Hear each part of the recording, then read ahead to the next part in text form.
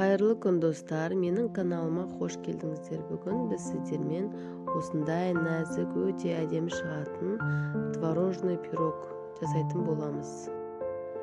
Оған қажетті ингредиенттер: 130 грамм сары май, 100 грамм сахарная пудра, яғни қант ұнтағы.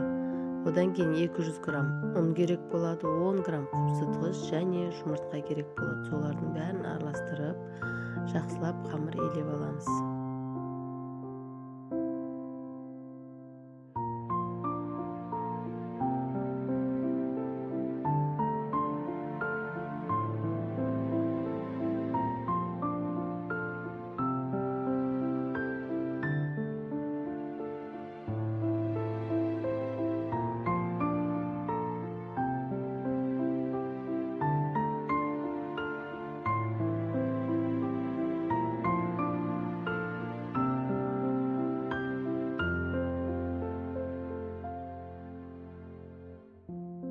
Осы илеген қамырымызды жарты сағатқа холодильникке қойып қоямыз.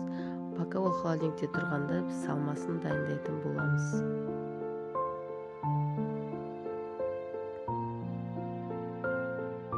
Бізге салмасына 2 қасық қаймақ, 120 грамм қант керек болады және творог керек болады. Творогтан 300-320 грамм алсаңыздар болады.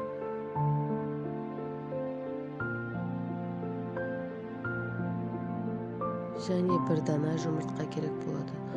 Одан кейін осының бәрін блендерлеп аламыз.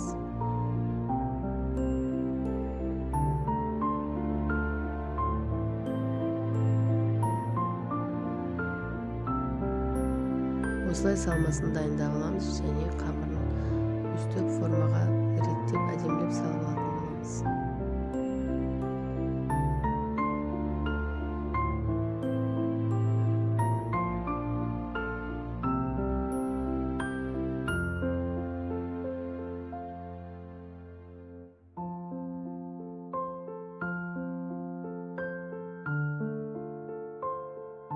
Енді осы қамырымыздың үстіне салмамызды салып, 180 градус қызып тұрған пешке жарты сағатқа 25 минутқа салып аламыз. Менің видеом ұнаған болса, лайк басып, пікір қалдыруларыңызға болады.